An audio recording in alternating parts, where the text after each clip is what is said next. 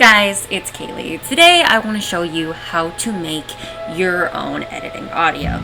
Now, the first thing you're going to want to do is you're going to want to choose a song that you want to use. For me personally today, I'm going to use Ready to Run by One Direction, who is one of the greatest boy bands of all time, if I may add. I just type that title into YouTube and it comes up with many different options.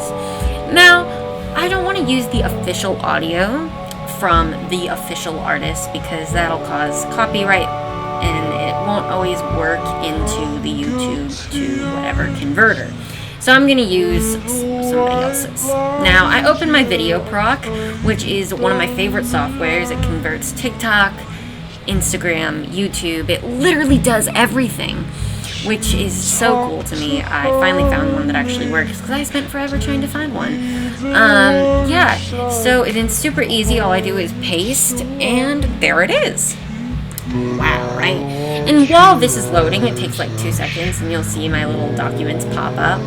I'll create a new composition in After Effects. And I want to make that composition 1 minute long. And the reason that I want to create it 1 minute long is that is the typical editing audio. The typical editing audio is exactly 1 minute long. That is the longest that Instagram used to allow videos back in the Middle Ages.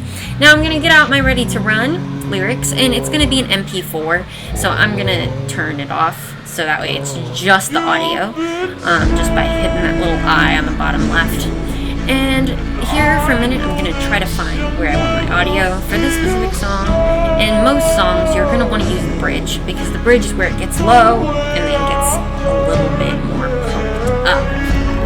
I put a little marker just by clicking Control 8, so that way I know where I want to split my muffle versus non-muffle. Once that we have sliced and diced our audio, we're going to go into time. And we are going to make it to 105. Usually that's so I can have the marker add up and it won't be off and I won't have to move it around and listen to it again. That is usually why I use 105. I used to use 102 a lot, but yeah. So then I find that marker, and at that marker I split it right in half, and I take the left side and I use my bass and muffle, which I will show here in a minute. So you will see at the top left those bass and muffle effects are. After that, I will find my whoosh, and I just have to go through all of my documents and I usually use this edits for audio, and I use the number 3 whoosh, I don't know, that one, I use that one, and I just import it into there first, and then I zoom out, and I just take it, and I just move it. And for this I use waveform. I don't usually recommend using waveform, but for this specific thing, I will use waveform. Now that I've added that whoosh, I kind of want to have something that makes it all cohesive. So I get out my reverb settings, which you can see up on the top left here. In that specific reverb, my reverb time is 70, the diffusion is 50, the decay is 25, the brightness is 100, dry out is 95, and wet out is 16. So, now that you've kind of gotten the gist of my reverb settings, this is a recent reverb that I have been toying around with.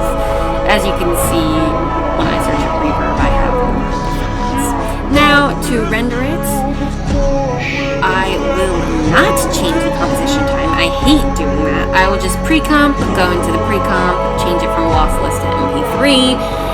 Usually I will rename it to whatever the song is called, so in this case, Ready to Run.